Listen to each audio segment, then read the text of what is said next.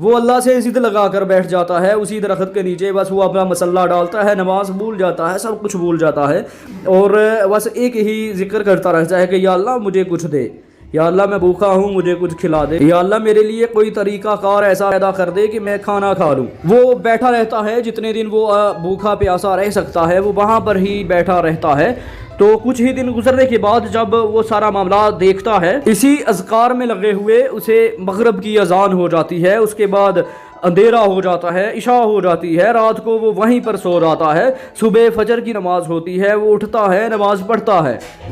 اور پھر وہیں پر بیٹھ جاتا ہے، ایون کہ ظہر کی نماز ہو جاتی ہے تو وہ دیکھتا کیا ہے کہ ایک طرف سے ایک شیر آتا ہے جو بھوکا تھا۔ تو اس آدمی کو ڈر لگ گیا کہ یہ شیر جس رفتار سے میری طرف آ رہا ہے یہ یقیناً مجھے کھا جائے گا۔ تو اسی کشمکش میں وہ یہ سوچ ہی رہا تھا اور وہ شیر اس کے قریب پہنچایا، اس نے پھرتی سے چھلانگ لگائی اور وہ اس درخت کے اوپر چڑھ گیا۔ خواتین و حضرات، آپ کو پتا ہے کہ شیر جو عموماً درختوں پر نہیں چڑھ پاتے، یہ چیتے وغیرہ، یہ بلیاں، یہ چھوٹے ٹائیگرز وغیرہ یہ درختوں پر چڑھ جاتے ہیں، لیکن شیر کا وزن چونکہ زیادہ ہوتا ہے تو وہ میکسیمم وہ درختوں پر نہیں چڑھ پاتا۔ تو شیر اسے وہاں پر دیکھتا ہے کہ یہ درخت پر چڑھ گیا ہے، تو یہاں پر کھڑے ہونا، اس کا انتظار کرنا فضول ہے، میں یہاں سے نکل جاتا ہوں، کسی اور شکار کی تلاش کر لیتا ہوں۔ تو وہ بندہ اللہ کا شکر ادا کرتا ہے کہ یا اللہ تو نے مجھے بڑی مصیبت سے بچا لیا۔ پھر وہ وہی رٹ لگا لیتا ہے کہ یا اللہ مجھے کچھ دے، یا اللہ مجھے کچھ دے، میں بھوکا پیاسا ہوں، یا اللہ میری مدد فرما۔ تو اتنی ہی دیر میں اللہ کا کوئی برگزیدہ بندہ وہاں سے گزرتا ہے اور اسے آواز آتی ہے کہ کوئی بندہ اللہ سے گلے شکوے کر رہا ہے کہ یا اللہ میں بھوکا ہوں، پیاسا ہوں، پھر بھی تیری رحمت کا طلبگار ہوں، مجھے اپنے پاک خزانوں میں سے میری مدد کریں، مجھے کچھ کھانے کے لیے دیں، کچھ معجزہ کریں تاکہ میں اپنا پیٹ بھر سکوں۔ تو وہ بندہ، برگزیدہ بندہ وہاں سے جب گزرتا ہے تو اس نے اس پیڑ کی طرف دیکھا جہاں پر وہ لڑکا، وہ بندہ بیٹھا ہوا تھا۔ یوں ہی اس کی نظر اس بندے پر پڑتی ہے تو وہ مسکرا دیتا ہے۔ وہ برگزیدہ بندہ مسکرا کر اس آدمی سے پوچھتا ہے کہ یار تم یہاں پر کیوں بیٹھے ہوئے ہو، تم کیا باتیں کر رہے ہو؟ تو اتنی ہی دیر میں وہ ہماری طرح کا بندہ جواب دیتا ہے کہ حضرت صاحب میں کھانے کی تلاش میں ہوں، یہاں پر میں نے یہ سلسلہ دیکھا، ایک لومڑی ہے وہ ایسے کھانا کھاتی ہے،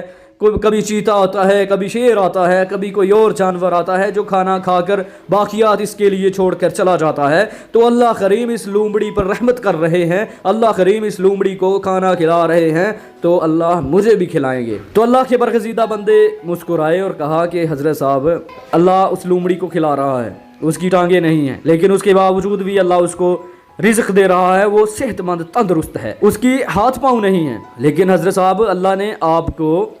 ماشاءاللہ ہاتھ پاؤں دیے ہوئے ہیں، اللہ نے آپ کو اشرف المخلوقات بنایا ہوا ہے، اللہ نے آپ کو تمام مخلوقات سے بہتری کا درجہ دیا ہے، اس کے باوجود تم درخت پر بیٹھ گئے ہو اور اللہ سے مانگ رہے ہو بنا کوئی کوشش کیے۔ تو حضرت صاحب آپ کو شرم آنی چاہیے اپنی سوچ پر، اپنے عمل پر، اپنے فعل پر۔ اللہ کے برگزیدہ بندے نے اسے کہا کہ یار وہ لومڑی ہے، اس کے ہاتھ پاؤں نہیں ہیں، پھر بھی وہ گھسیٹتی کھانے کے پاس جاتی ہے اور وہاں سے وہ پیٹ بھر کر کھانا کھا لیتی ہے، اسے چریٹیں بھی آتی ہیں، اسے زخم بھی ہوتے ہیں، ان سب چیزوں کی پرواہ کیے بغیر وہ لومڑی اپنی منزل مقصود تک جاتی ہے اور وہاں سے وہ کھانا نوش فرما لیتی ہے۔ تو یار مجھے بتاؤ کہ تم ایک لومڑی سے بھی گئے گزرے ہو جس کے ہاتھ پاؤں نہیں ہیں؟ دینا بے شک اللہ نے ہے، دینا بے شک اللہ نے اپنی رحمتوں سے اپنے ہر بندے کو نوازنا ہوتا ہے، لیکن اس کے لیے کچھ کرنا پڑے گا۔ نوجوان تم درخت کے اوپر چڑھ کر بیٹھ گئے ہو، الحمدللہ تندرستی بھی اللہ نے دے رکھی ہے، اللہ نے ہاتھ پاؤں بھی دے رکھے ہیں، ان سب چیزوں کے باوجود تم ایک طرف بیٹھ کر صرف دعاؤں کے لیے پکار رہے ہو۔ دعا ہوتی ہے، معجزات ہوتے ہیں، لیکن سر ان کے لیے کچھ کرنا پڑتا ہے۔ تو قصہ مختصر ناظرین کرام، آپ کو یہ میں نے جو چھوٹا سا واقعہ سنایا، اس کا مقصد صرف یہ ہے کہ میں آپ کو بتانا چاہتا ہوں کہ کچھ نہ کرنے سے کچھ نہ کچھ کرنا بہتر ہے، بجائے اس کے کہ ہم اپنے گھروں میں بیٹھ جائیں، ہم اپنے کوئی کام کاج نہ کریں اور ایسے ہی کہیں کہ ہم یار ملک پاکستان کے وزیر اعظم بن جائیں، یا ہم آرمی چیف بن جائیں، یا ہمیں کوئی اعلیٰ عہدہ مل جائے۔ تو حضرت صاحب یہ ناممکن ہے، کچھ کرنے کے لیے کچھ کرنا پڑتا ہے۔ تو بات کرنے کا مقصد میرے عزیز دوستو، عزیز و بزرگوں، یہ ہے کہ اللہ تعالیٰ نے صحت اور تندرستی عطا کر رکھی ہے، اللہ نے ہاتھ پاؤں عطا کر رکھے ہیں، اللہ نے اپنی تمام نعمتوں سے نواز رکھا ہے، تو ہمیں اپنا جو بھی کام کرنا ہے اس کے پہلے ہمیں اپنا 100% پرفارمنس دینی چاہیے. ہمیں پہلے محنت کرنی چاہیے جتنی ہم کر سکتے ہیں, جتنی ایبلٹیز جتنی کوالٹیز ہم میں ہیں ہم نے وہ شو کرنی چاہیے. وہ اپنا ہم نے پوری طاقت لگانی چاہیے. پوری طاقت لگانے کے بعد ہم نے فیصلہ, اس کا نتیجہ, اس کا رد عمل اللہ کریم پر چھوڑنا چاہیے. اور میرے پیارے دوستو, اینڈ میں صرف آپ سے میں یہی کہنا چاہوں گا کہ پہلے محنت مشقت کوشش کریں, اس کے بعد سارے معاملات اللہ کریم پر چھوڑ دیں. ہمارے استاد کہتے تھے کہ پتر جب بندہ کچھ کرنے کا سوچ لیتا ہے,